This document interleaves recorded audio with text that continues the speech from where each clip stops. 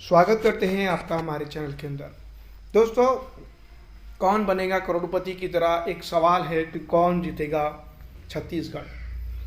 Video में बहुत कुछ होने वाला है, लेकिन इससे पहले आप हमें कमेंट करके ज़रूर बताइएगा कि छत्तीसगढ़ में कौन जीत रहा है और आपको किसकी राजनीतिक सूझबूझ पसंद है।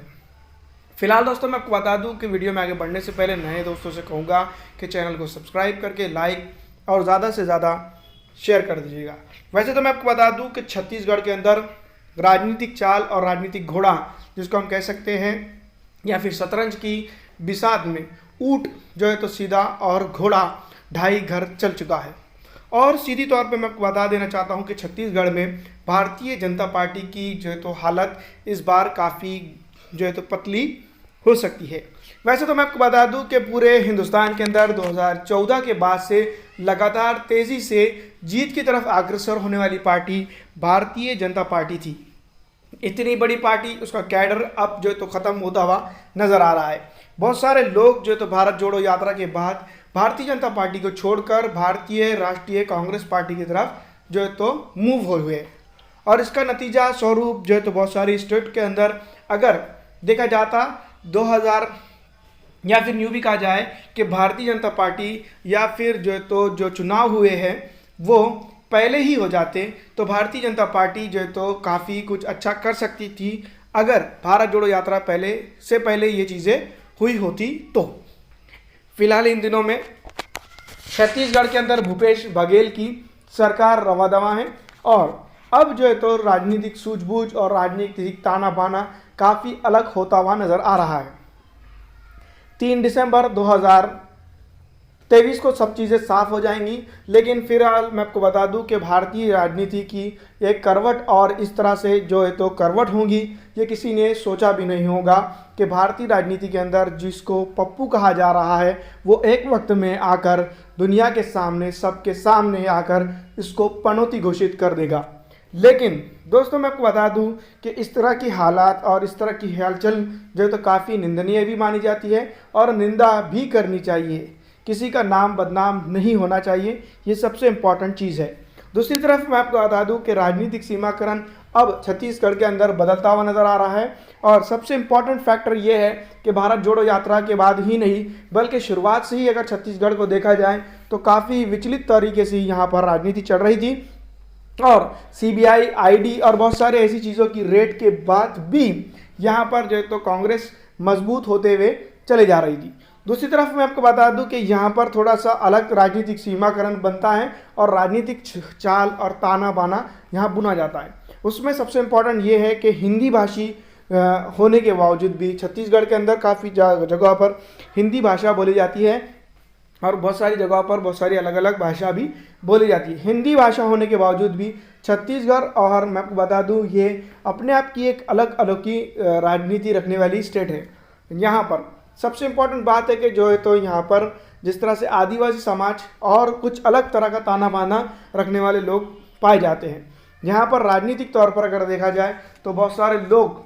जो तो खेती कृषि प्रधान की वजह से यहाँ पर खेती पर डिपेंड है, यानी खेत के ऊपर डिपेंड है। लेकिन पिछले कई दिनों से हमने देखा कि भारत के अंदर जो तो काले कृषि कानून और तमाम तर चीज़ों को अगर देखा जाए तो यहाँ पर एकजुटता होते नजर आई, और प्रधानमंत्री नरेंद्र मोदी या फिर भारतीय जनता पार्टी का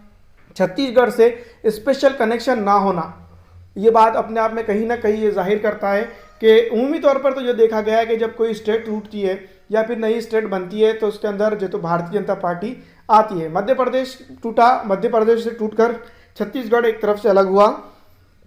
लेकिन यहाँ पर कांग्रेस ने जो तो अपना दबदबा बना लिया है। इस बार दोस्तों मैं आपको बता दूं कि कांग्रेस यहाँ पर काफ़ी अच्छी सीटों से जीत दर्ज करते हुए नजर आ रही है। अगर जनता की बात करें तो यहाँ पर भूपेश बघेल के जो कार्यकाल रहा है वो सराहनीय रहा है, और बहुत सारी चीज़ें ऐसी हुई है जिसको लेकर जो है तो यहाँ पर की जनता ने जो तो सराहनीय तौर पे जो तो वोट दिया है। दूसरी तरफ मैं आपको बता दूं कि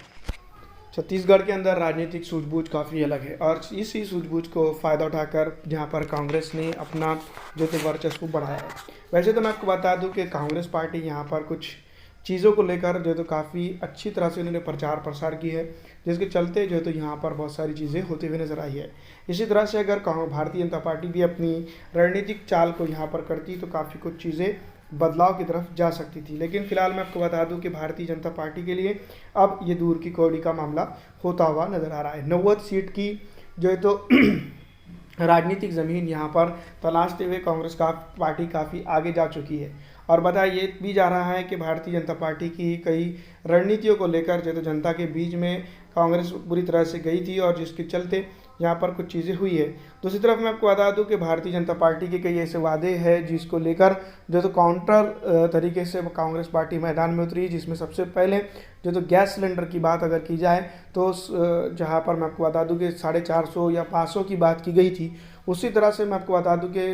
गैस सिलेंडर बहुत महंगा लिया गया है महाराष्ट्र के अंदर भी और छत्तीसगढ़, मध्य प्रदेश और बहुत सारी जगहों के अंदर। तो दोस्तों मैं आपको बता दूं कि कांग्रेस का ये चीज़ें जो तो यहाँ पर काफ़ी कुछ हुई है। और पिछले 5 सालों के अंदर जो तो भूपेश बघेल ने जनता के अंदर और किसानों के लिए और बहुत सारी रणनीतिक तरीके से जो योजनाएं यहाँ पर लागू की है, तो जनता ने उसको काफ़ी सराहा है और जिसके चलते यहाँ पर जो तो कांग्रेस का वर्चस्व काफ़ी लगातार बढ़ा है और जिसके चलते यहाँ पर कांग्रेस जो तो अपने आप को मजबूत करने में कामयाब हुई है। दूसरी तरफ अगर हम बात करेंगे भारतीय जनता पार्टी के राजनीतिक सफ़र की, तो छत्तीसगढ़ के अंदर काफ़ी अच्छा नहीं हुआ है। यहाँ पर कोई ऐसा बड़ा नेता नहीं है जिसके और जो सेंट्रल के बीच में तालमेल बिठा सके। यहाँ पर